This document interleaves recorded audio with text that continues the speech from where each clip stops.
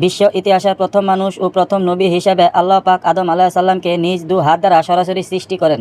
মাটির সকল উপাদানে সার নির্যাস একত্রিত করে আঠালো ও পোড়ামাটি ন্যায় শুল্ক মাটির তৈরি সুন্দরতম অবরবে রুহু ফুঁকে দিয়ে আল্লাহ আদমকে সৃষ্টি করেছেন। অতঃপর আদমের পাঁজর থেকে তার স্ত্রী হাওয়াকে সৃষ্টি করেন। আর এ কারণে স্ত্রী জাতি স্বভাবগতভাবেই পুরুষ জাতির অনুগামী ও পরস্পরের প্রতি আকৃষ্ট। অতঃপর স্বামী স্ত্রীর মাধ্যমে যুগ যুগ ধরে একই নিয়মে মানব বংশ বৃদ্ধির দ্বারা অব্যাহত রয়েছে। কোরআনের বর্ণনা অনুযায়ী প্রথম দিন থেকে মানুষ পূর্ণ চেতনা ও জ্ঞান সম্পূর্ণ সভ্য মানুষ হিসাবে যাত্রা আরম্ভ করেছে এবং আজও সেভাবেই তা অব্যাহত রয়েছে। অতএব গুহামানব, বন্যমানব, আদিম মানব ইত্যাদি বলে অসভ্য যুগ থেকে সভ্য যুগে মানুষের উত্তরণ ঘটেছে বলে কিছু কিছু ঐতিহাসিক যেসব কথা শুনিয়ে থাকেন তা অলৌকিক কল্পনা ব্যতীত অন্য কিছুই নয়।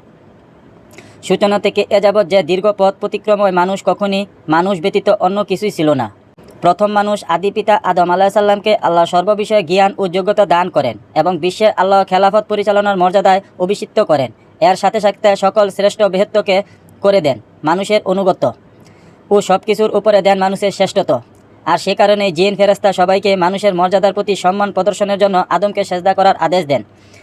সবাই সে নির্দেশ মেনে নিয়েছিলেন, কিন্তু ইবলিস অহংকার বশে সে নির্দেশ অমান্য করা চিরকালের মতো অভিশপ্ত হয়ে যায়।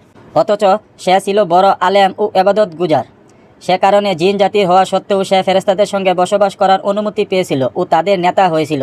কিন্তু আদমের উচ্চ মর্যাদা দেখে সে ঈর্ষাকাতর হয়ে পড়ে। ফলে অহংকার বশে আদমকে সেজদা না করায় এবং আল্লাহর বিধি না থাকায় সে আল্লাহর গজবে পতিত হয়।